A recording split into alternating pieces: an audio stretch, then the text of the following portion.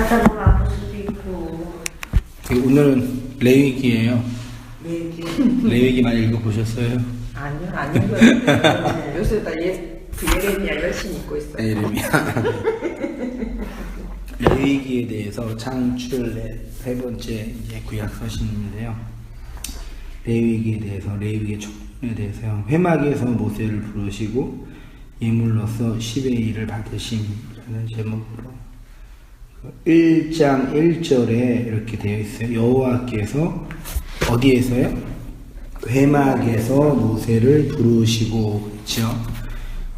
마소라 사본에서 레위기의 제목은 바이카라예요. 바이카라. 여기 히브리어에 이렇게 이게 몸 모양 형상하거든요. 이게 바브라고 하는데 이게 접속사 개념이에요. 그리고 그 다음에 이제 여기에 이카라가 있거든요. 이카라 이렇게 있어요.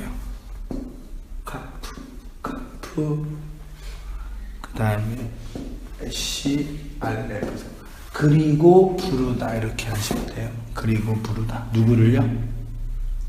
여기 모세를. 네. 하나님이 모세를 불렀어요. 불렀으면은 그 레위기의 원래 제목은 그리고 부르다. 그 제목이래요. 완료형이 아니라 미완료형이니까 부르심이 완료된 것이 아니라 계속 부르신다. 애굽에서 불러 어린 양의 피로 출애굽한 이스라엘을 모세를 통해서 부르시는 이유는 무엇냐? 하나님께 예배하는 자로 세우기 위해서 부르시는 것입니다. 그 예배를 구약에는 제사라는 방식으로 가르쳐 주셨고요. 그렇게 제사를 드리는 것이 바로 회막이다. 이 회막이요, 모에드 오웰이라고 하는데요. 모에드는 그 모임, 장소, 그 한자에, 그것도 회자가 모일 회자죠. 그 다음에 이제 오웰은 이게 천막할 때 막의 개념이에요. 막사 뭐 이런 거 할 때요. 그래서 회막은 천막에 모이는 거, 뭐 직역을 하면요. 그게 모에드 오웰이에요. 구약 성경을 읽다 보면 사람들이 모이는 장소가 이름이 회막만 있는 게 아니라 뭐 장막, 그래서 뭐 기도할 때 장막 털을 넓혀달라고 이렇게 하잖아요. 장막, 혹은 뭐 성막, 회막 이렇게 되어 있는데 볼게요. 구약에서 모임의 장소를 의미하는 단어는 다양합니다.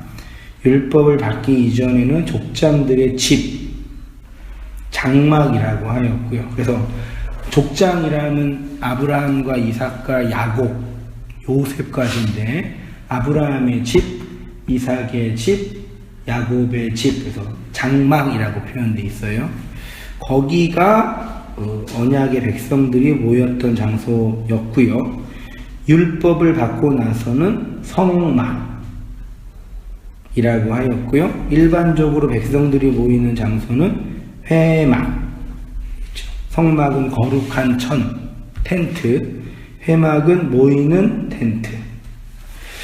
이러한 모임의 장소는 이동식 텐트로, 천으로 세워졌는데 이제는 이동식 텐트가 아니라 정한 장소에 천으로 만들지 않고 금으로 만든 것이 바로 솔로몬 성전 개념이죠.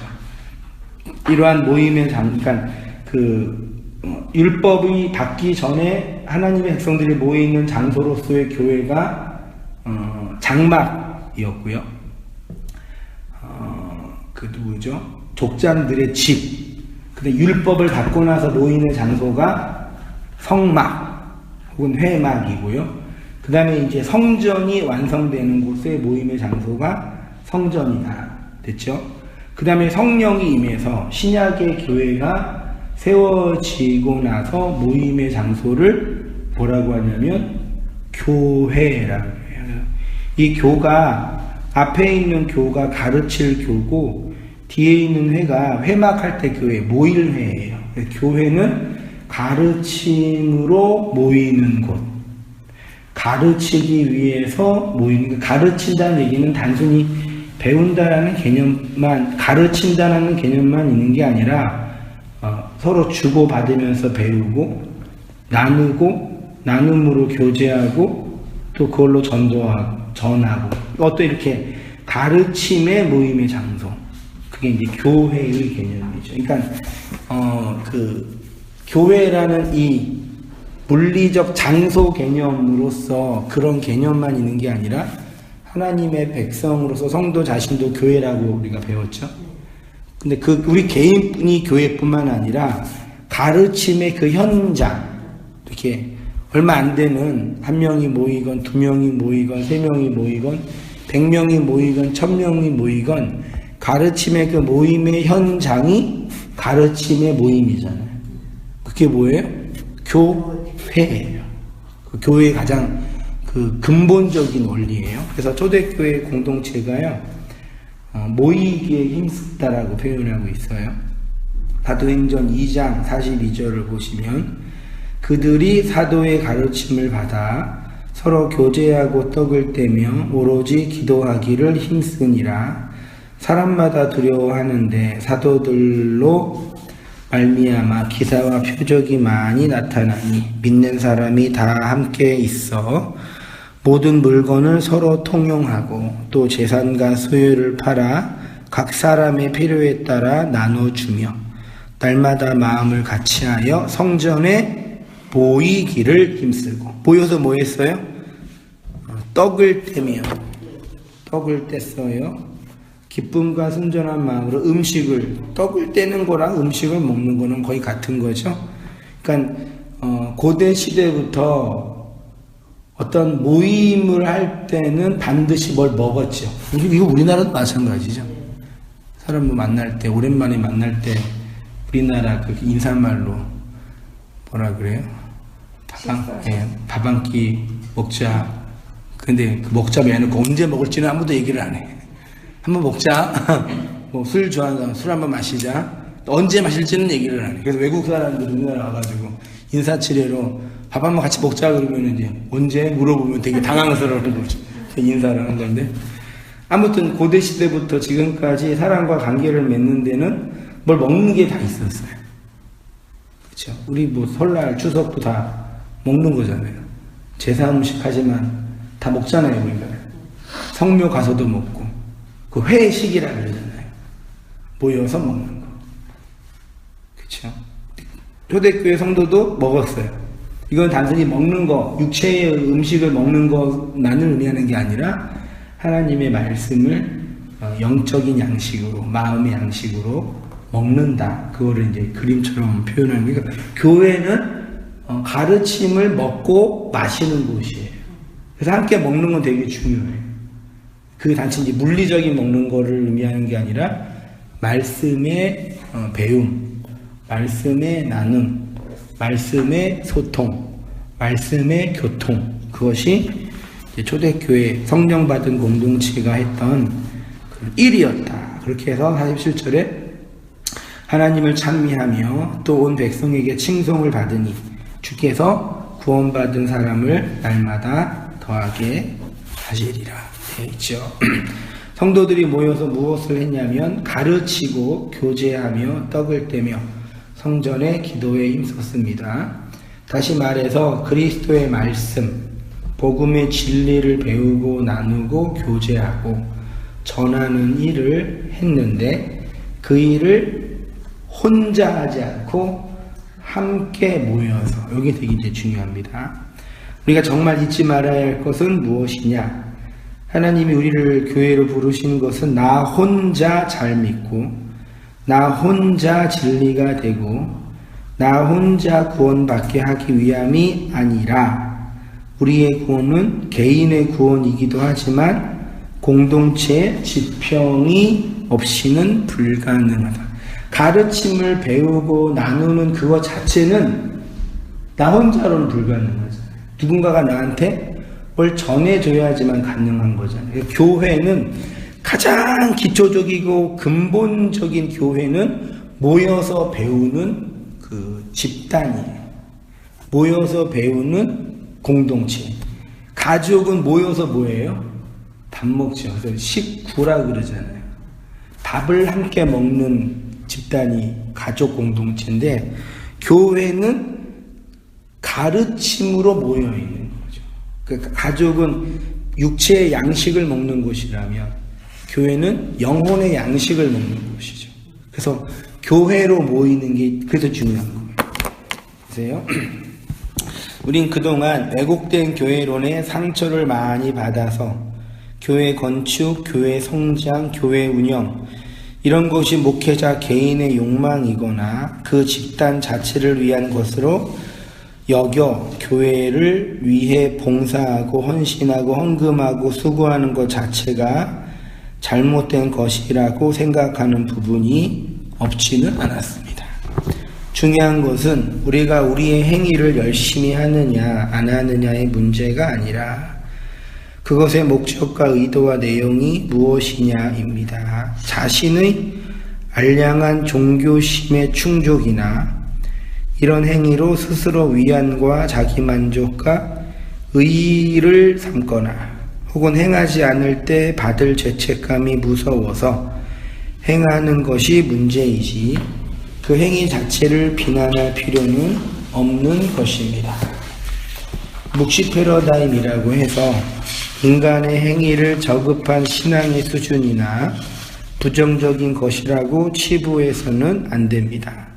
교회는 함께 모여서 회해서 그리스도의 그러니까 가르치는 것이 인간의 가르침이나 인본의 가르침이나 우리의 헛된 욕망의 가르침이 아니라 그리스도의 진리의 가르침을 배우는 곳이에요.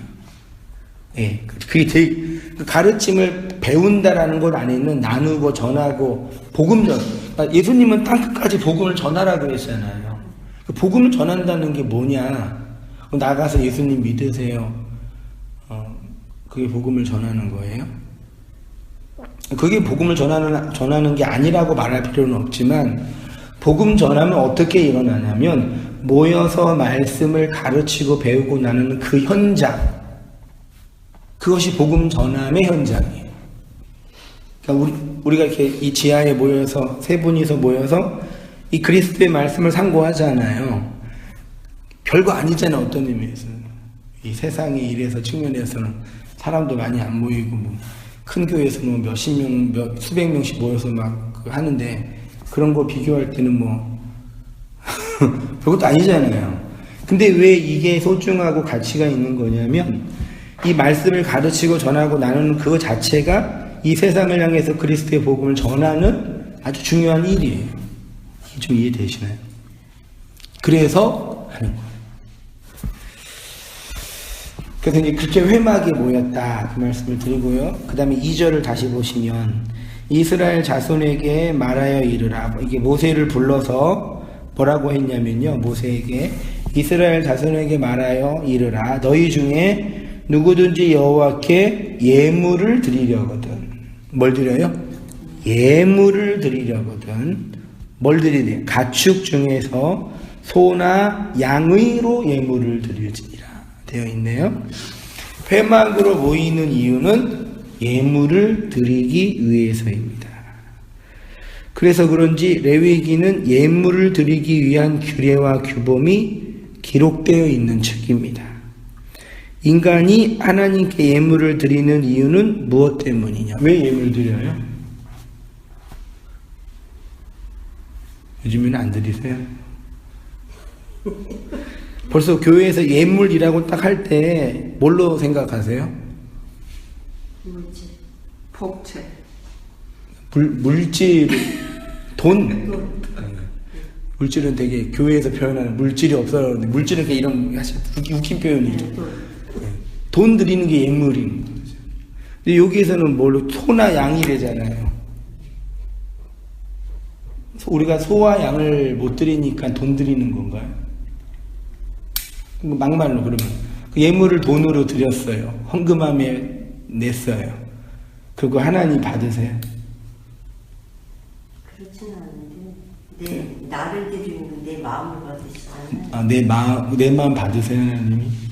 그 물질이 있는 곳에 마음도 있고 마음이 있는 곳에 물질이 간다고 그러잖아요. 네, 그리고 하나님이 내가 물질을 드릴 때 하나님이 내 그 물질을 갖는 것은 아니지만 내 중심을 보시는 거 아닌가요?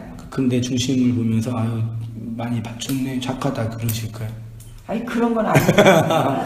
예, 그런 건 아니지만 그래도 그 전에는 우리가 예물을 드리는 게 내 마음을 드리는 거고 그리고 또 이면에는 내가 복 받기 위해서 바치는 부분도 있고 그렇죠. 예.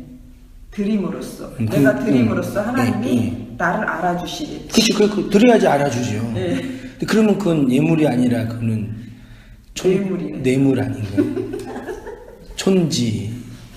그러니까 이제 근데 그 전에는 다 그렇게 알고 드렸잖아요. 네. 그럼 이건 그렇게 하라고 드리는 표현인가요? 그거는 아니지. 그렇게 이해했잖아요. 근데 이제 몰랐으니까 그때는 그런 거. 근데 겉으로 보면 그런 것처럼 보이네요. 그렇죠. 그렇죠. 그게 요새 헷갈려요. 그 목사님 있잖아요. 이렇게 우리가 배우잖아요. 그러다 보니까 예물을 그럼 안 드려도 되네? 이제 이 마음이 오잖아요. 그러면은 내가 헌금을 그냥 옛날에는 진짜 감사헌금, 주일헌금, 11조 이런 거는 의무적으로 했잖아요. 의무적으로. 그렇죠. 그리고 우리가 이름을 써서 내면은 그게 다 기록이 되잖아요. 남잖아요. 교회에. 그리고 11조 안 하는 사람들, 전도사님들이 다 체크하고. 근데 지금은 이제 그게 이제 아니었다는 걸 우리가 알았잖아요. 그러고 나니까 그럼 이거 뭐 헌금 솔직히 내 주머니에서 물질이 나가는 건데 아깝잖아요. 그럼 안 해도 되네? 그러고 이렇게 교회에 헌금 내는 게 게을러지는 거지. 그렇죠. 그럴 수 있죠. 예. 근데 그거는 헌금뿐만 아니라요. 봉사하는 것도 그러고. 예, 당연히. 종교 어떤 일을 하는 것도 그렇게 돼요. 그거는 뭐. 그러다 보니까 내가 자꾸 전에 내가 계속 그랬잖아요. 내가 이기주의가 돼가는 것 같더라고. 내가 목사님한테 이 말씀을 이제 정말 저쪽 일반 교회에서 배웠던 거하고 지금 다른 세계에 내가 들어와 있잖아요. 그러다 보니까 이런 말씀을 자꾸 접하다 보니까 내가 이기주의가 돼가는 것 같은 느낌이 들어요. 자꾸 내가 그래요. 근데 나만 그런 게 아닌 것 같아요. 이 말씀을 듣는 사람들이 다 이제 이런 과정을 거쳐가는 것 같아요. 그치. 내가 볼 때.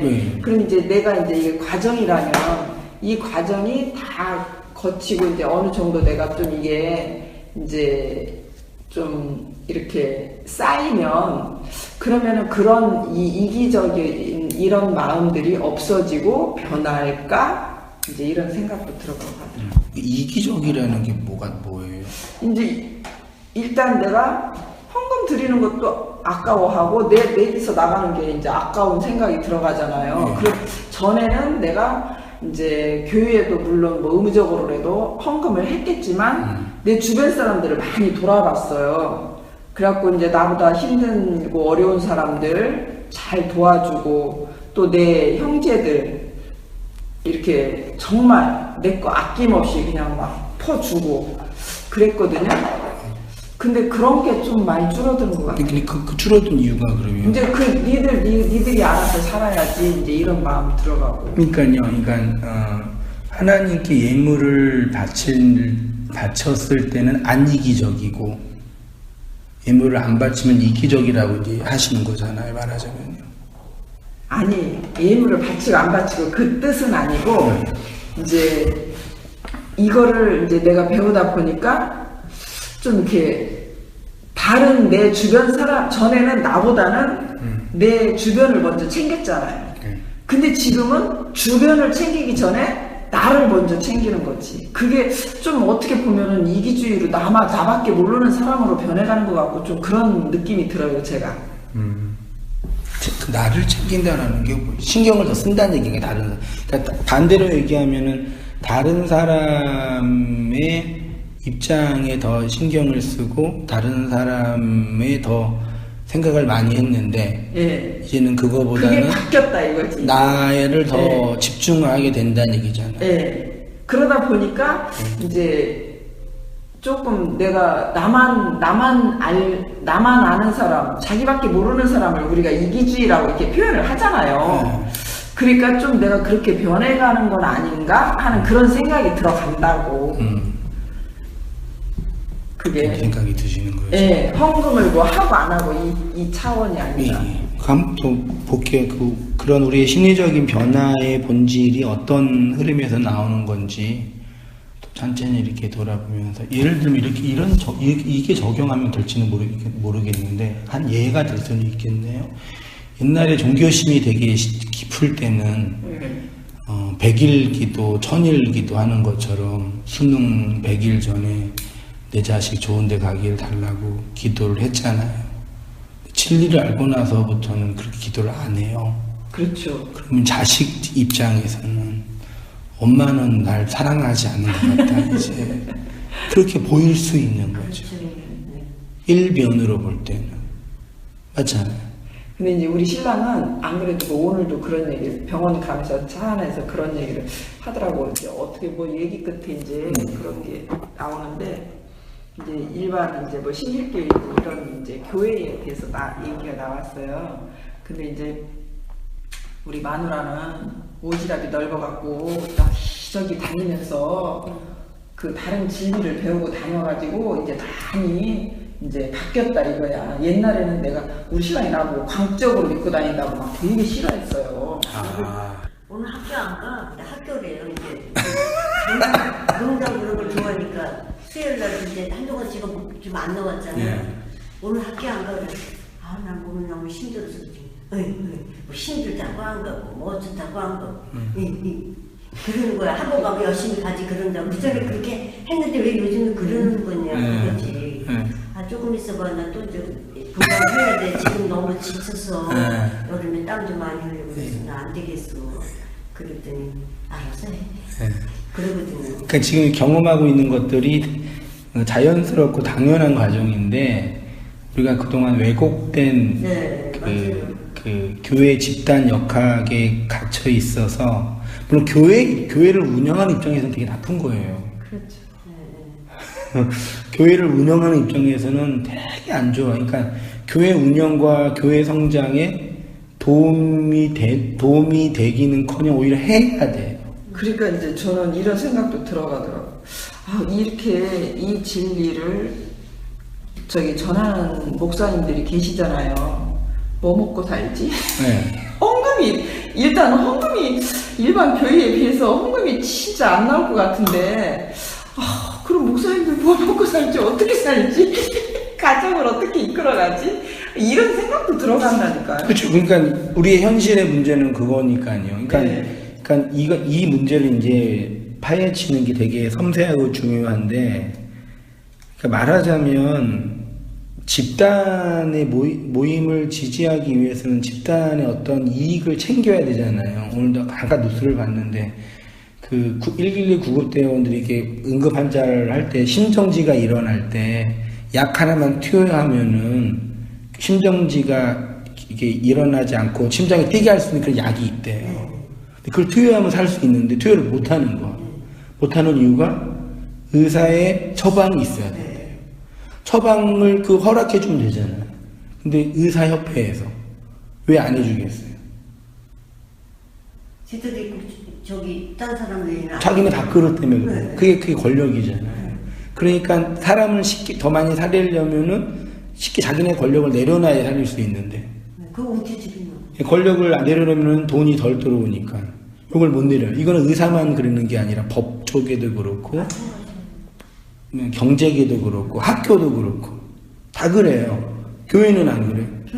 그러면 이게 의사의 목표는 돈을 많이 버는 게 의사의 목표예요. 사람들을 살리는 게 의사의 목표예요. 사람을 살리는 요즘 조사에 다 안 해요. 글쎄요. 그렇게 애들이 공부 잘하는 애가 다 의대 가는 이유는 취업 잘 되고 존경받고 돈 많이 벌 수 있기 때문에 하잖아요. 그거 자체가 나쁘다고 폄하하는 게 아니라 그렇게 돼버리니까 의료 시스템이 사람을 살리는 데 집중하지 못하고 의사들의 밥그릇 챙기는데 혈안인 거죠. 그거 나왔어요. 그렇죠. 이건 교회도 똑같아요. 그럼 그 문제를 어떤 목사가 건드리겠어요?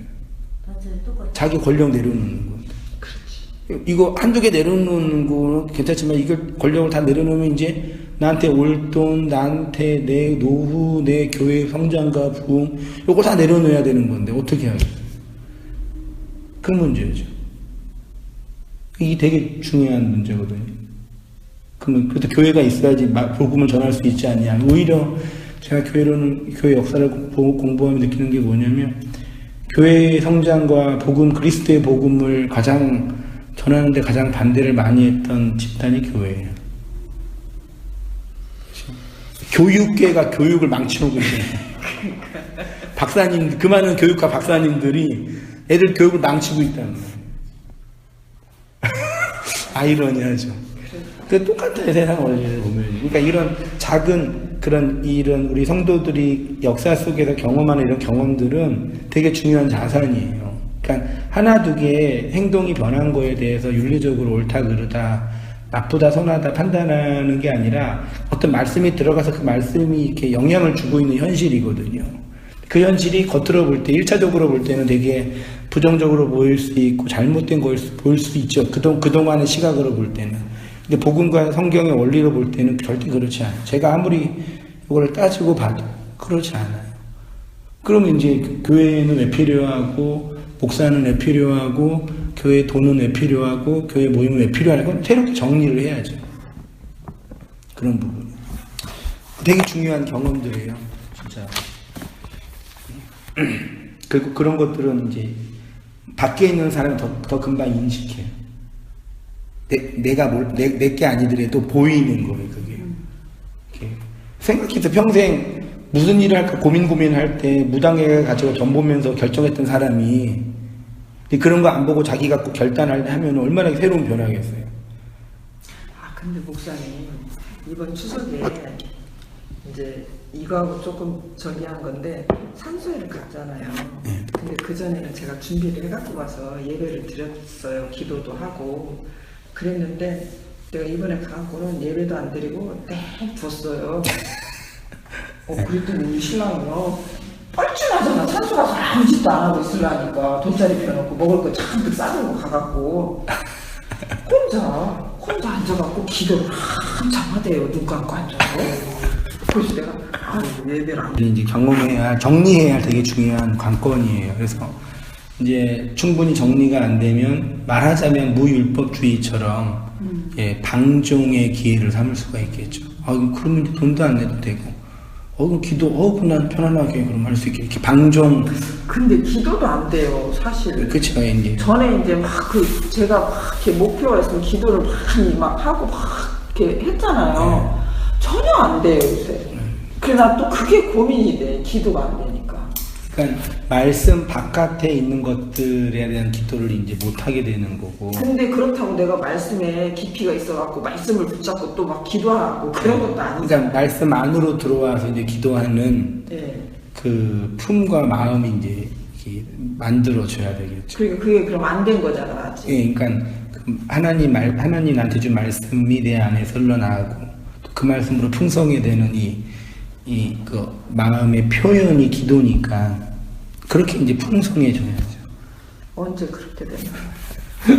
근데 기사님 마음에 이제 그러니까 말씀을 듣는 거는 설교자를 통해서 듣는 거지만 내 마음이 되는 거는 내가 해야 할 영역이잖아요. 밥 차려주는 거는 집사람이 해주지만 먹는 건 내가 먹고 소화는 내가 하는 거잖아요. 소화하는 부분에서 이제 그 영역은 이제 개인차가 나는. 그 이제 요새 예레미야 하잖아요, 주일날. 그래가지고 이제 내가 예레미야를 한번 그래도 읽어서 설교를 드려야 되겠다 싶어갖고 1장부터 쭉 지금 30몇 장이가 있고 있는데 열심히 읽었잖아요. 근데 뚜껑 팍 닫고 나는 내가 뭐 읽었지 하고 잊어버리는 거야. 그 재미없어요. 네, 다 그렇게 고백하시더라고요. 그래요? 네. 그러면 다 나무 있으면 왜 걱정을 하겠어요? 아니 그래도 좀 그래도 읽어야 돼. 그래도 그러다 보면은 그 어떤 사람들은 막 입에서 성경 구절이 줄줄줄줄 막 나오잖아. 나 그거 부러워. 어떻게 그렇게 나는 읽고 나면 잊어버리는데 어떻게 저렇게 되지? 차근차근 가면 좋겠네요. 아무튼 이제 예물이라는 게 그 예자가요, 그 예의할 때 예자고, 물은 이제 물건이에요. 그래서, 예의를 갖추는 물건이 예물이래요. 국어사전을 보니까 고마움을 나타내거나 예의를 갖추기 위하여 보내는 돈이나 물건. 혼인할 때 신랑과 신부가 기념으로 주고받는 물품. 신부의 첫인사를 받은 시부모가 답례로 주는 물품이라고 합니다. 그러면 레위기에서 말하는 예물은 과연 이러한 의미의 예물일까요? 고마움을 나타내거나 예의를 갖추기 위하여 보내는 돈이나 물건인가요? 하나님이 모세에게 예물을 바치라고 할 때 예의와 도리를 갖추어서 바치라는 것일까요?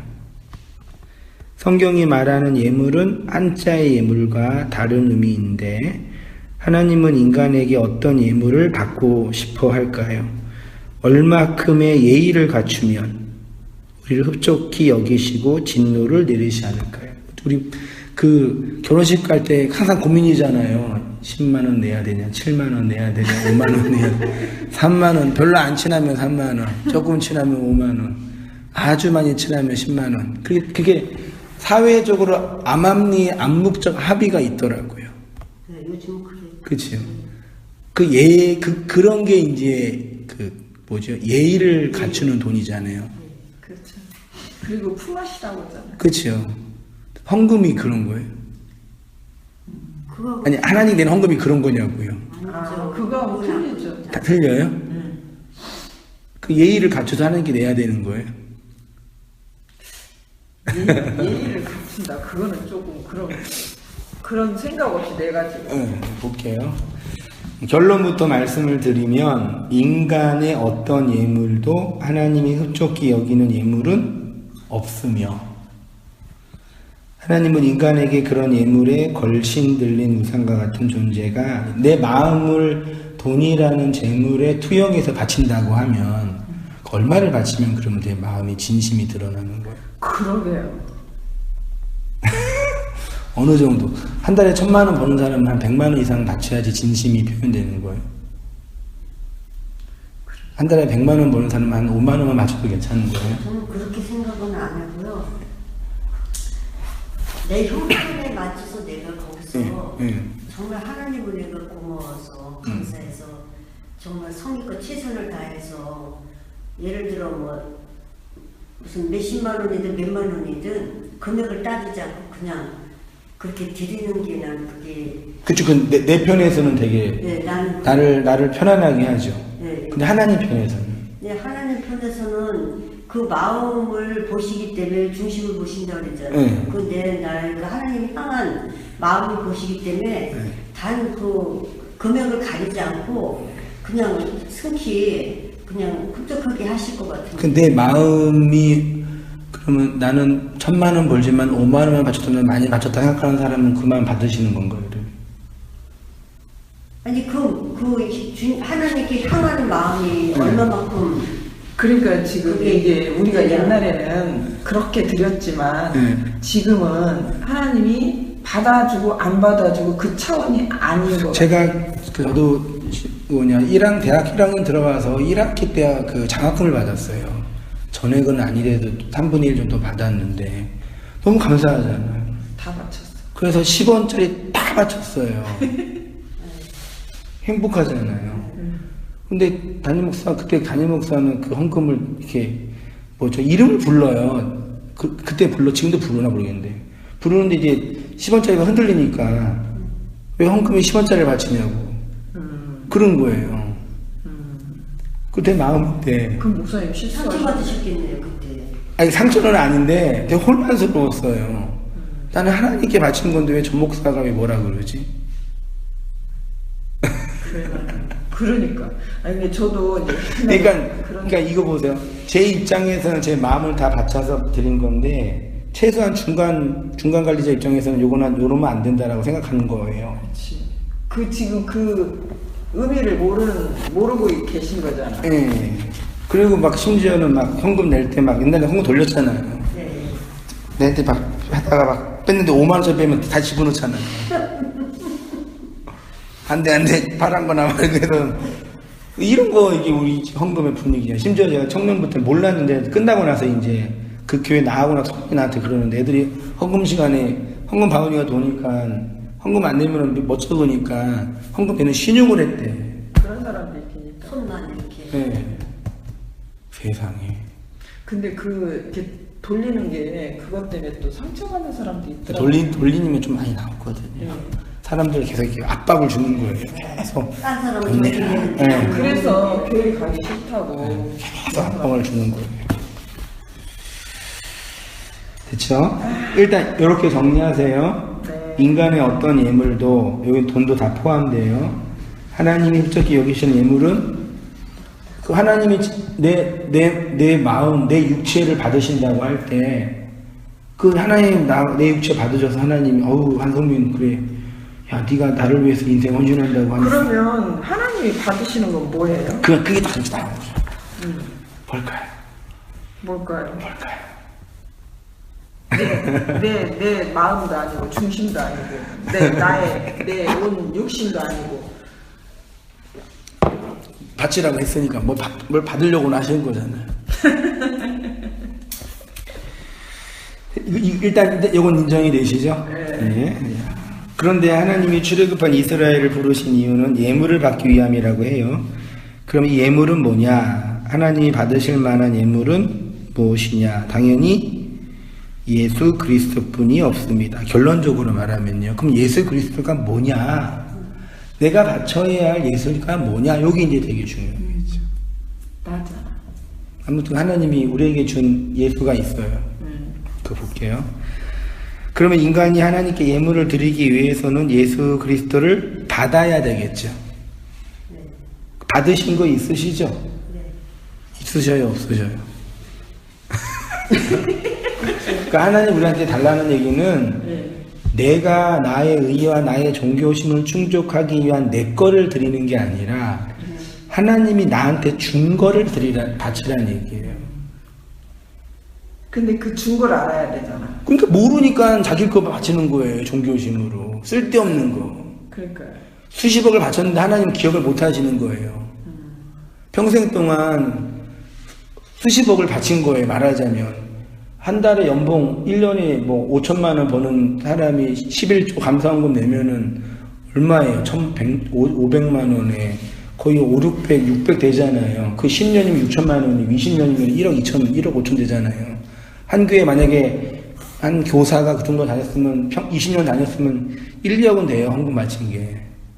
다 기억하더라고요. 되신 분들은. 그럼 나중에 이제 주님 앞에 가가지고 주님 내가 주님 앞에 한 2억 정도 바쳤습니다. 기억나세요? 그럼 주님이 뭐라 그러세요? 나는 이거 받은 거 없다. 그렇죠. 그 왜 바쳤어 그러는 거예요? 몰라. 그게 마태복음 7장 얘기예요. 나더러 주여 주여 부르는 자. 나 몰라. 주님 불러. 그 주님 아니야 그러는 거라니까. 그러니까 다른 분들은 그냥 바치는데 뭘 봐? 자기 욕망을 이렇게 바치는 거예요. 그게 우상이잖아요. 우상의 재단에 내 욕망을 다 바쳐서 돈 내나 이거잖아요. 그러고 있는 거라니까. 물론 그 중에도 진짜 그리스도를 바치는 분들이 있겠죠. 그러니까 사람들이 이 종교 프레임, 종교 매뉴얼이 없으면 사람들이 더 이상 교회를 안 오고 말씀을 안 듣고 헌금을 안 된다라는 그런 두려움에 있어요. 특히 목사들이. 그 죽고자 하는 자는 정말 죽고자 하면 죽어야 된다 그랬잖아요. 자기 욕망이 이 세상에서 교회 부흥이 유일한 욕망이니까 그 사고랑 다르게 뭐가 있어요. 그 그리스도의 진리를 전하는 그 중요한 가치보다 교회를 부흥이 더 중요하다 생각하니까 바꾸는 거잖아요. 하나님이 우리에게 주신 예물로서 그리스도를 무엇으로 받았습니까? 약속의 씨로 받았습니다. 말씀의 씨를 받아 우리 인생을 통해서 그 씨가 자라 씨의 열매가 나오기를 원하십니다. 그래서 하나님이 우리에게 예물을 달라고 할 때 우리가 받은 약속의 씨를 예수 그리스도로 두지 못하면 그러니까 예수 그리스도를 뭘로 받았냐면 말씀으로 받았어요. 쉽게 말하면. 근데 그 말씀은 씨로 온 거예요. 씨는 약속이고 언약이에요. 우리가 그걸 받았잖아요. 그걸 마음에 품고 내면 깊은 곳에 잉태하여 생명을 출산하는 씨의 결과물이 있어야죠. 보세요. 창세기 38장에 석 달쯤 후에 어떤 사람이 유다에게 일러 말하되 내 며느리 다말이 행음하였고 그 행음으로 말미암아 임신하였느니라. 유다가 이르되 그를 끌어내어 불살르라. 근데 유다가 불살려고 하니까 다말이 뭘 꺼냈어요? 이 씨의 주인이 너다 그랬잖아요. 그럼 안 죽어요. 그럼 이 세상에 있는 모든 사람은 여자이니까 하늘의 그 씨를 말씀으로 받았을 거 아니에요. 그럼 임신이 됐으면 임신의 변화가 일어나잖아요. 그래서 내가 왜 이런 변화가 일어나지? 고민하고 생각하여 그 시의 내용을 설명하는 말씀을 듣는 거죠. 그래서 말씀으로 오는 거예요. 근데 임신이 안 되면은 자유롭게 자기 하고 싶은 대로 하는 거지. 놀러 갈 때 놀러 가고 클럽 갈 때 클럽 가고 술 마실 때 술 마시고 자기 편안하게 자기. 근데 나는 어느 순간 나도 모르는 사이에 그 시를 받은 거예요. 그래서 임신돼서 헛구역질하고 막 어지럽고 막 그러고 있나? 왜 그래 도대체? 그래서 내가 내 안에 들어온 그 언약의 씨를 밖에서 설명해 주는 사람이 교사하고 목사하고 전도자. 예. 그게 복음 전하는 자. 이 메커니즘 아시겠죠?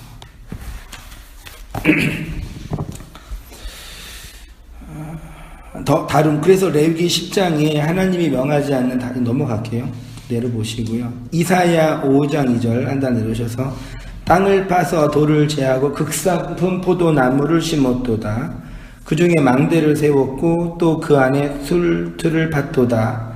좋은 포도 맺기를, 그러니까 포도나무를 심은 이유는 열매를 거두기 위해서죠. 그렇죠? 그 열매를 바치는 거예요. 그래서 하나님이 우리에게 바치라는 거는 모든 것의 열매, 그것도 첫 열매를 바치라는 거죠. 됐죠? 그러니까 겉으로 드러나는 문자적인 지시사항은 또 맞는 거예요. 열매를 바쳐야 돼요. 열매를. 호세아 14장이요. 너는 말씀을 가지고 여호와께 돌아오라. 아래기를 모든 불의를 제거하시고 선한 바를 받으소서. 우리가 수송하시를 대신하여 입술의 열매를, 말씀을 받으면 입술의 열매를 드린대요. 입술의 열매예요. 입술의 열매야 호몰로게오요.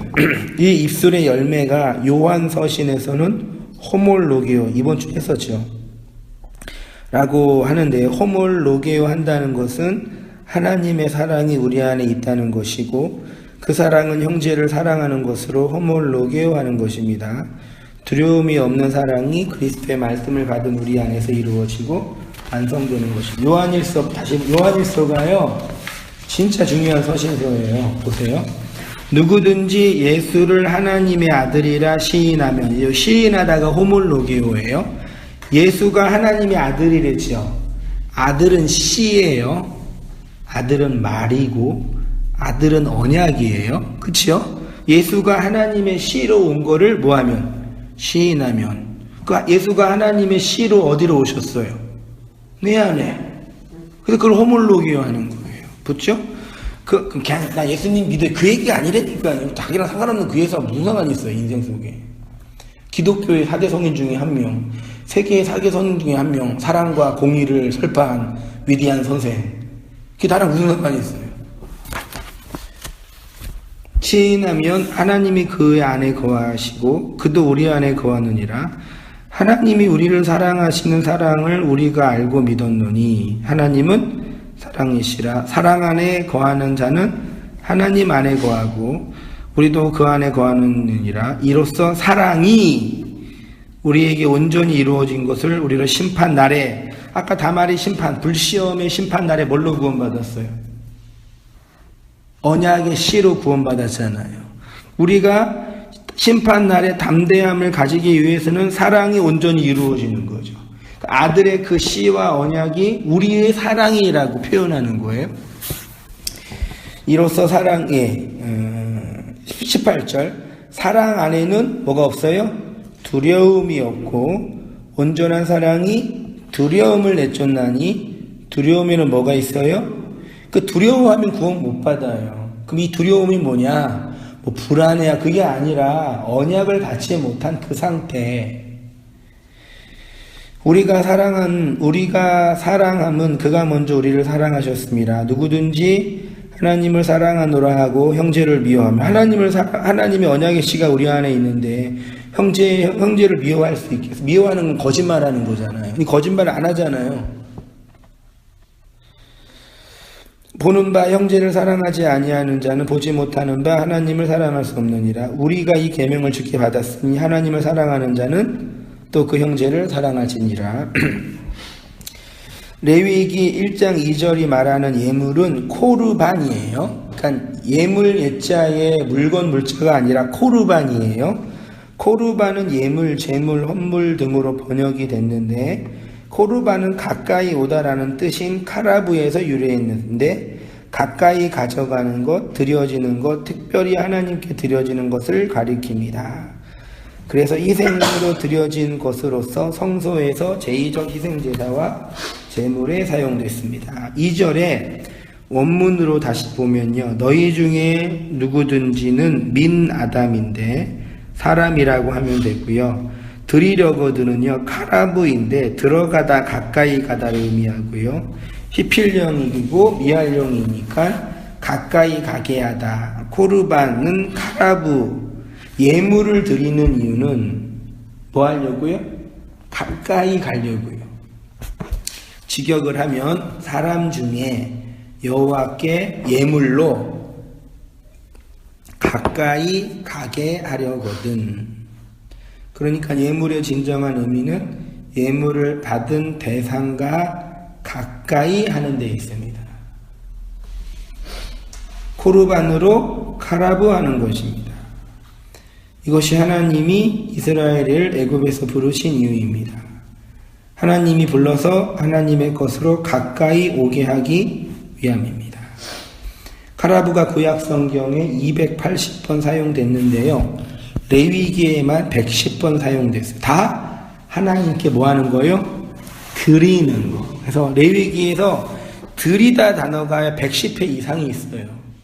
드리다, 수컷을 드리고, 뭘 드리고. 그래서 교회에서 목사가 성도한테 하나님께 뭐 하라 그런 거예요? 드리세요. 그러는 거예요. 밑에 보세요. 그런데 우리가 하나님께 드려야 할 예물, 하나님이 받으시는 예물의 본질은 무엇입니까? 말씀드렸듯이 우리가 우리의 것으로 드리면 하나님은 받지 않으십니다. 하나님이 받으시는 예물은 하나님이 주라고 한 그것을 드리는 것입니다. 그리고 그것을 하나님이 우리에게 주신 것입니다. 그러니까 예물을 드린다는 것은 인간 편에서 인간이 노력하고 애쓰고 수고해서 만들어 놓은 것을 드리는 것이 아니라, 물론 이런 부분도 있어요. 하나님이 우리를 통해서 만드신 것을 드리라는 것입니다. 그러니까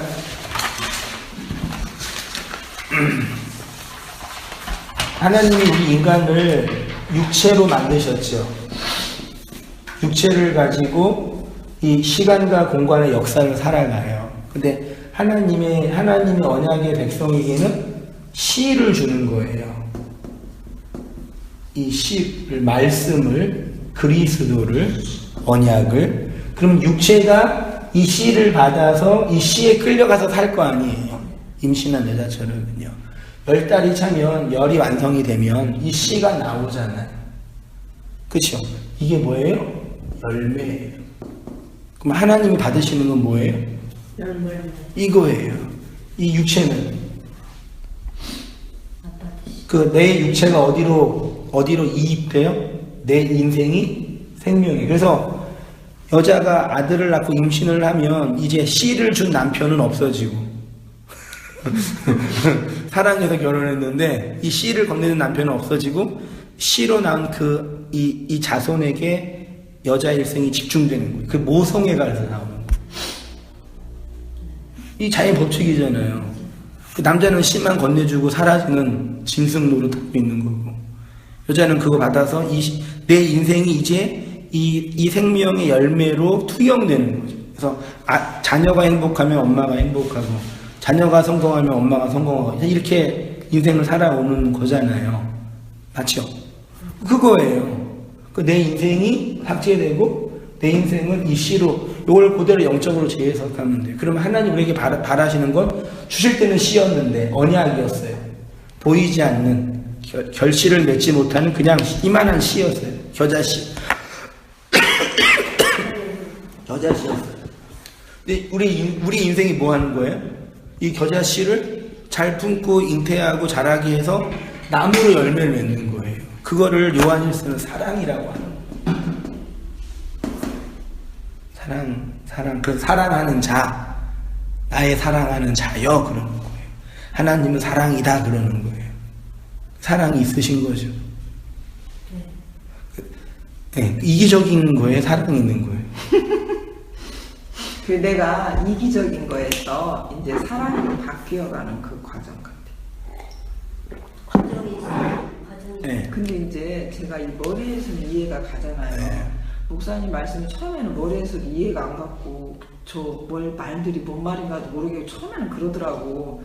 근데 이제 이게 이제 이해는 돼요. 머릿속에서 이제 알겠는데 아직 그게 마음에 그게 씨로 내 마음에 와야 되잖아요. 네. 근데 그게 아직 왔다 갔다 하는 것 같기도 그쵸. 하고. 그게 이제 아마겟돈 전쟁이에요. 하늘의 전쟁. 근데 너무 오래 가는 것 같아요. 네. 그게 그 아마겟돈 전쟁이라는 게요. 제가 저희 집에서 이 성경 공부할 때 그게 바로 왔어요. 네. 그래갖고 엄청 그때 좀 막 헷갈리고 힘들고 막 그럼 내가 그동안 믿었던 건 뭐지? 막 이런 게 막 싸우잖아. 혼자 갈등을 하고 막. 근데 지금 이제 그런 건 없어졌어요. 그럼 진전된 거잖아요. 진전이 된 거예요. 근데 막 그런 건 없어졌는데 아직 이제 가끔 이제 그게 이제 이게 왔다가 좀 내가 등한시하고 좀 게으름을 부르면 왔다 갔다 하는 것처럼. 없어진 것 같다가 또 어느 날 이게 싹 온 것 같다가. 그걸 이제 반대로 얘기하면요. 네. 까먹는 거거든요. 까먹는 거예요? 네. 근데 까먹는 건 자연스러운 거예요. 그러니까 이제 내가 좀 그러니까 충만해 갖고 있을 때 네. 그럴 때는 정말 이렇게 막 그 자연을 보고도 막 이렇게 이 안에서 막 그런 게 나와요, 표현이. 근데 또 전혀 아무런 감각이 없을 때가 있고. 그런 과정들은 뭐죠? 나쁘게 말하면 잊어버리는 건데 반대편으로 말하면 진전돼서 또 새로운 게 들어오는 거예요. 네. 이전에는 이제 가물가물했는데 지금 가물가물한 건 아닌 거. 이제 뭔지는 아는 거잖아요. 알죠. 그럼 이제 뭔지를 알아 실제로 그 인생을 살아가는 건 내 시간과 인생 속에서 하나님 주신 분기들이니까. 그러니까 친구하고 이렇게 이제 그 김성수 목사님 말씀 들으니거든요. 걔하고 대화를 하면 내가 아무것도 모르고 있는 것 같은데 걔하고 대화를 하면은 막 여기에서 목사님한테 그 들은 말씀들 있잖아. 그게 머릿속에 있는 거예요. 그래갖고 이게 막 줄줄줄 나와. 말을 하시는 거잖아. 그래갖고 1시간 이상을 걔하고 떠들어도 너무 재밌는 거예요. 막 이 통하니까 대화가. 근데 여기 와서 목사님하고 이렇게 나누려면 또 그렇게 친구하고 하듯이 안 되더라고요. 그건 또 다른 게 더 필요하나 보네요. 아무튼 이건 아시겠죠? 이걸 드리는 거예요. 열매, 사랑. 그걸 형제에 거짓말하지 않는 삶의 행위, 형제를 그 율법의 지옥과 자기 욕망의 지옥에서 해방하게 하는 자유를 주게 하는 복음. 그러니까 내가 이제 주님이 내 안에 씨로 들어왔잖아요. 그러면은 그게 행위로도 나타나야 되는 거잖아. 예. 그쵸? 예. 행위가 없으면 안 되는 거잖아. 예. 그러면은 이게 씨는 들어왔는데 행위가 나타나지 않을 때는 예. 그거는 아직 씨로 안 들어왔다는 그 행위가 어떤 행위인데요? 예? 어떤 행위여야 되는데? 내 삶의 그 모습. 모습이 이렇게 변하고 계시잖아요. 그래요. 나는 별로 안 변한 것 같은데. 아니, 그거는 이제 권사님의 영역이고, 그러니까 우리가 외적인 행동을 할 때 어떤 행동이 변하는 건 그는 중요하지 않아요. 그러니까 성경에 말하는 행위는 내 안에서 말씀을 받아서, 그러니까 임신을 하고 10달 동안 임신한 처자 안에 끊임없는 변화가 있잖아요. 외적인 행동은 별로 없어도. 여기는 우주 전쟁이 일어나고 있잖아요. 그게 행위예요. 밖에서 막 운동을 하고 물건을 나르고 이런 행동이 본질이 아니라 말씀을 받아 내 안에서 일어나는 이 아무도 모르는 나만 알고 그리고 또 이 속마음 옆 사람이 볼 때는 아무것도 안 한 것처럼 보일 수 있어요. 본인만 아는 거. 내 안에는 끊임없는 이 우주의 전쟁이 일어나고 끊임없는 일들이 일어나고 있는 거예요. 우리가 그동안 이 실용주의적 현실에 그러니까 갇혀 내 있어서 안에서 그게 막 일어나니까 그게 입으로 나오잖아요. 네. 그러니까 이제 내가 나영이하고 장혜숙 권사님 가끔가다 이제 한 번씩 전화 통화를 하고 그냥 이렇게 만나서 이렇게 얘기를 할 때 나도 모르게 막 이렇게 얘기가 나오잖아. 그러면은 나영이랑 그래 언니는 아무 말도 안 하고 가만히 있는 것 같은데 한 번씩 얘기를 하면 언니 입에서 생각지도 못한 그런 말들이 나오는데 그 다 목사님한테 들은 게 머릿속에 잠재해 있나 보지. 그러니까 이제 그 외적인 행동이 아니라 그 행동은 네. 상황에 맞춰서 필요할 때 해면 돼요. 안 하면은 요거도 먹을 수도 있고 해야 할 상황이 되니까 그런 거는 우리가 살아가는 행동이니까 하면 되고 또 안 해도 뭐 상관없어요. 근데 본질은 성경이 말하는 건 그런 행동에 대한 뭐라는 얘기가 아니라 우리 안에 일어나는 말씀으로 말미암는 이 내면적인 이 근본적인 일들이에요. 그걸 이제 철학적으로 메타담론이라고 표현해요. 속에서 일어나는 이야기들. 어마어마한 일이에요, 사실은요. 아주 온 우주에 관한 일이에요. 그래서 한 사람이 온 세상이에요. 외적으로 봐서 수십 명을 막 끌어 모은 거 그게 아니라 한 사람의 그 마음, 인생 속에 일어나는 그것이 온 우주라니까요. 그런 관점에서 우리가 워낙 이 세속 문명에 많이 길들여져 있어서 언어 하나, 행동 하나 다 이렇게 여태까지 이해했던 방식으로 국어 사전에 있는 방식으로만 이해하려고 하니까 뭐 하나를 딱 정리를 하는데 요게 정리가 되는데 요게 또 걸리는 거죠. 요것도 정리하고 그래서 하나하나 이렇게 가는 거죠. 이렇게 그 인생의 지평이 넓어지고 용어의 폭이 넓어지는 거죠. 그래서 이렇게 복음을 알고 어떤 사람과 이제 논쟁을 할 때 이 사람이 말하는 행위랑 제가 말하는 행위가 다른 거예요. 이 사람은 지금 권사님이 고민하는 그 행위를 얘기하는 거예요. 아니 말씀 많이 듣고 백날 듣고 하는 뭐에 행동은 하나 변한 게 없는데 그게 비난할 수 근데 있잖아요. 저도 그것 때문에 고민을 하는 거죠. 네. 근데 복음이 말하는 행동은 이 사람이 지금 요구하는 그런 행동이 아니래요. 그러니까 이제 다른 사람들을 보고도 이제 그게 이제 다르잖아요. 그러니까 저 처음에 그 이해를 그렇죠. 그러니까 다른 영역이니까. 근데 네. 그게 하나 이제 이해가 돼서 이게 이해서 그런 영역이라는 해석이 되면 되는 거죠. 자, 네, 그거에 하나님의 것을 취하시며 말씀드렸듯이 하나님은 뭐가 부족해서 우리의 예물을 받으시는 분도 아니고 또 우리의 어떠한 것도 하나님의 마음에 흡족할 만한 그 무엇이 될 수도 없습니다. 오직 하나님은 하나님의 것을 받으시고 하나님의 것을 취하십니다. 우리에게 요구하시는 것은 하나님이 주신 그것입니다. 이것이 바로 예물의 진정한 의미이고 구약제사의 진정한 목적이며 진리와 영 안에서 드려지는 예배의 진정한 우리가 여기 안에서 뭘 배워요? 한세인 목사의 사견과 목회 철학을 배워요? 문땅교회 제자훈련을 배워요? 뭘 배워요? 그리스도의 그 말을 배우잖아요. 이 얘기를 배우는 거잖아요. 그게 예배라고. 그게 전도고. 그런데 여전히 많은 사람들은 하나님께 드려야 할 예물을 잘못 이해하고 있지요. 이거라도 바쳐야지 하나님께 밉보이지 않는다. 양심의 가책을 덜며 그래도 한 만큼은 했다. 심정적으로 봉사와 헌신과 헌금을 하고 있습니다. 그리고 목사들은 이런 성도 종교심, 죄책감을 부추기며 무지, 강팍함, 완고하고 고집스러운 종교생활. 성경 필사 해보셨어요? 해봤어요. 다 창세기부터 계시 다 해봤어요? 아니요, 신약만. 신약도 대단하시네.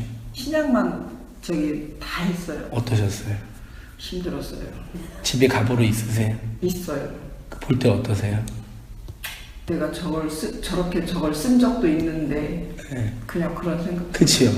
이번에도 이번에 또 우리 할머니 할아버지 기일이 그렇죠. 와 대단합니다. 그러면서 한편으로는 이걸 썼기 때문에 그리스도를 만날 기회가 더 없어지는 것처럼 보여요. 이렇게 다 썼는데 그러면서 하시는 말이 변한 거 하나도 없다. 뭐 이렇게 하나님이 좀 뭐 이렇게 건강하게 해주고 뭐 그러면 좋겠는데 그런 것도 없다. 그렇게 한단 말이에요. 그래도 이거라도 했으니. 그러면서 또 이제, 그러니까 예레미야의 고백처럼 선지자들은 거짓을 예언하고 제사장들은 자기 권력으로 다스리며 백성들은 이를 좋게 여기는 것입니다.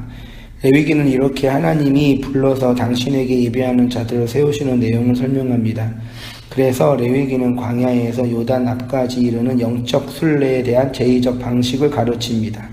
그 제의적 방식이 소위 5대 제사라고 하는 번제, 소제, 화목제, 속건제, 속죄제이고요. 이렇게 레위기는 하나님이 애굽에서 불러낸 하나님의 백성을 하나님이 정하신 장소에서 정하신 방식으로 정하신 예물을 받으시는 것을 말합니다.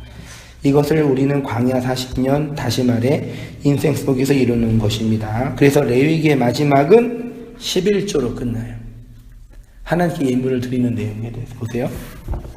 어떤 사람이 자기 소유 중에서 오직 여호와께 온전히 바칠 모든 것은 사람이든 가축이든 기업에 바치든 팔지도 못하고 무르지도 못하니 바친 것은 다 여호와께 지극히 거룩함이며 온전히 바쳐진 그 사람은 다시 무르지 못하니 반드시 죽일지니라. 그리고 그 땅의 10분의 1 곧 그 땅의 곡식이나 나무의 열매 그 10분의 1은 누구의 것이요?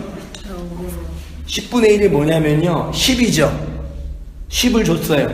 율법을, 언약을. 10의 마지막 하나 그 사랑이라고 얘기했잖아요.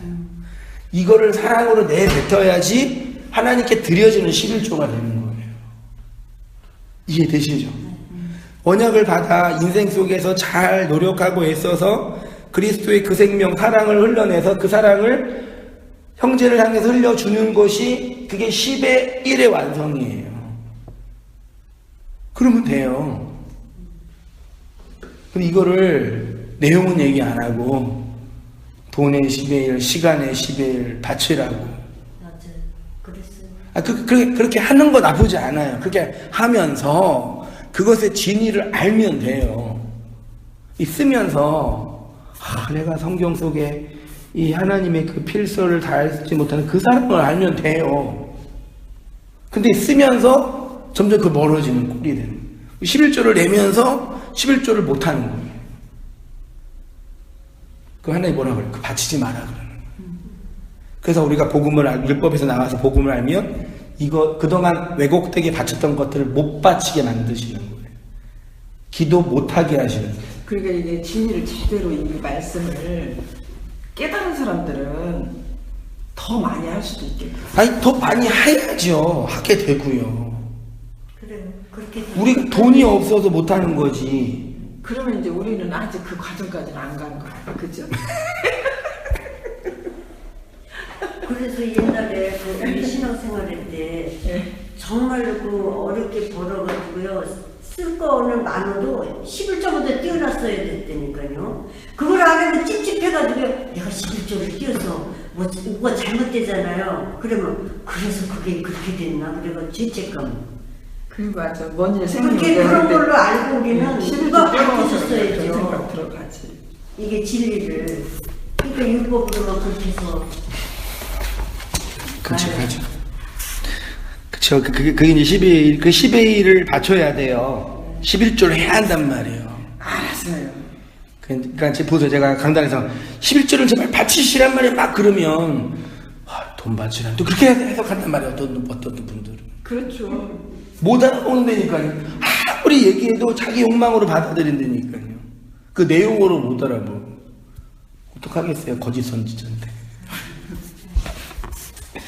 또 만약 어떤 사람이 그의 11조를 물으려면 그것에 5분의 1을 더할 것이요 모든 소나 양의 11조는 목자의 지팡이 아래로 통과한 것의 10번째 10의 하나.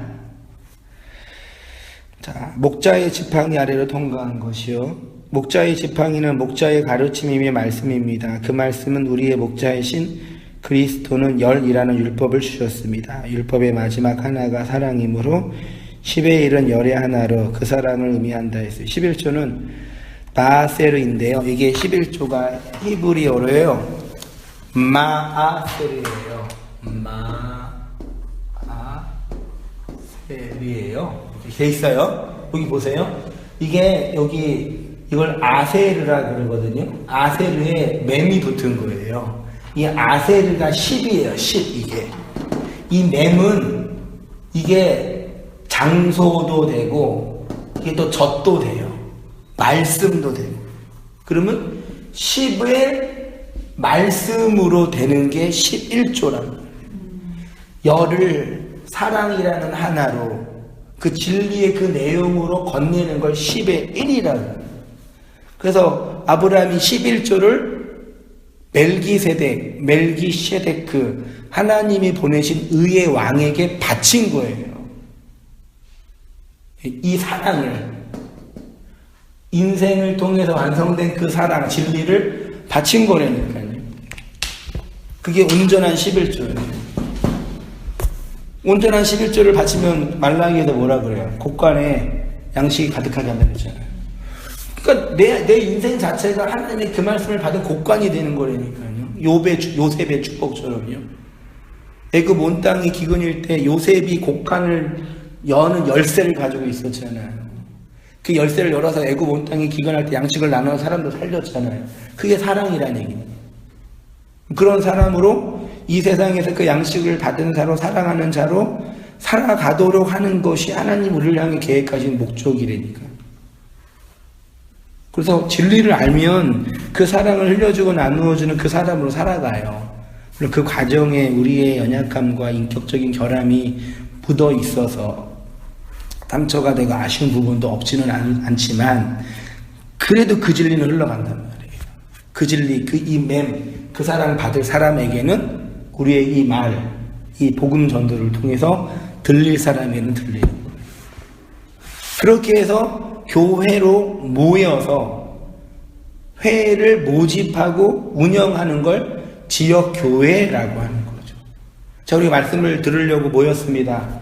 말씀을 들으려면 말씀을 가르치는 교사가, 목사가 필요한데 목사가 다른 일을 할 수 있는 시간과 여력이 안 되니까 이분의 가정과 사례를 우리가 책임져야 되지 않겠습니까? 그 교회에서 회의를 해가지고 운영에 대해서 그러면 우리가 이 정도 사례와 형편을 맞춰서 목사를 사례하고 운영을 하게 돈을 모읍시다. 그러면 십시일반 모아서 돈이 운영이 되면 그 돈 가지고 투명하게 교회 재정과 교회 운영을 해 나가면 되는 거예요. 그렇죠? 그런 말씀을 듣고 있는 건강한 성도들이 책임있게 의무를 다해서 해야지 교회가 운영이 되고 말씀을 전하는 일이 잘 되니까 열심히 하게 되는 거죠. 돈이 없고 난 너무 힘들어. 지금 사업을 했는데 사업이 힘들어가지고 빚에 졌어요. 종교적인 의무가 없는 거예요. 그냥 미안할 수 있겠죠. 이 교회에서 내가 말씀 은혜 받고 있는데 충분히 내가 이게 재정적으로 헌신하지 못하니까 인간적으로 미안할 수 있죠. 그렇지만 하나님이 그거 가지고 너 그때 왜 그 교회 왜 안 해? 그렇게 안 한단 말이에요. 이거 구분되시죠? 그게 자유로운 거라니까요. 근데 그 11조를 이제 교회가 세금처럼 걷게 하는 방식으로 만들어 버려가지고 카톨릭이, 원래 카톨릭이 했어요. 그 카톨릭이 중세시대에는 제일 부자였어요. 다단계나 그 이단 애들이 왜 부자가 되는지 아시죠? 집문서, 땅문서, 돈 다 걷었잖아요. 그렇게 해서 이제 중세시는 걷었어요.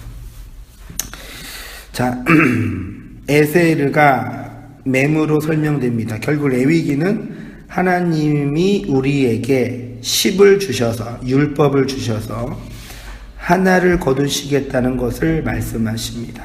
율법을 주셔서 진리를 거두시는 것이고, 계명을 주셔서 사랑을 거두시는 것이고, 그렇게 광야에서 하나님의 것을 예물로 바치는 것이 예배이고 성도의 신앙생활입니다. 하나님이 주신 것을 예물로, 예배는 하나님이 주신 것들이 뭔지 헤아리는 거죠.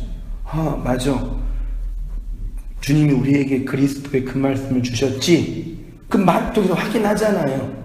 까먹은 거 다시 기억하고, 잊어버린 거 다시 기억하고, 몰랐던 거 다시 알아가고, 그렇게 해서 정기적으로 모여서 예배하고 말씀을 나누는 게 교회로 이 지상이 모여있는. 그래서 11조를 잘 갖춰야 돼요. 아멘. 목이 얼마나 그러니까 목이요.